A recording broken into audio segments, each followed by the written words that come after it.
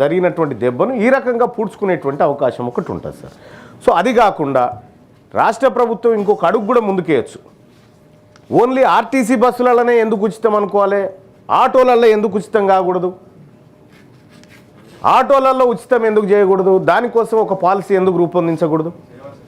ఎందుకంటే ఇప్పుడు ప్రతి గల్లీలోకి ఆర్టీసీ బస్సు పోయే పరిస్థితి లేదు కాబట్టి సో దానికోసం ఒక పాలసీ తయారు చేసి గల్లీల నుంచి లేకపోతే బస్సులు పోయినటువంటి జాగాల నుంచి మనం గడప గడపకు పోయినా తప్పేం లేదు, గడప గడపకు పోయినా తప్పు లేదు. ఎందుకంటే మహాలక్ష్మి గడప కాడి నుంచే స్టార్ట్ అవుతుంది.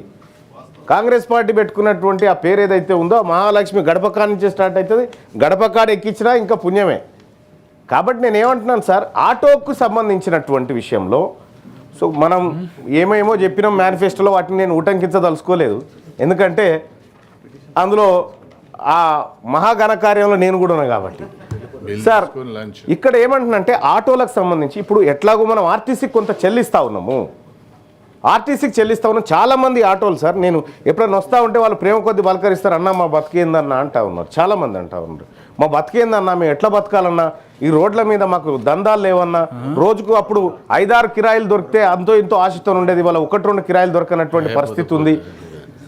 అప్పుడు కనీసం ఒక 10 గంటలు పని చేస్తే ఈఎంఐ కట్టుకోనో ఇంట్లో కొద్దిగా సరుకులు తెచ్చుకోనో ఇంటి రెంటో వైద్యమో పిల్లలో చూసుకునేది.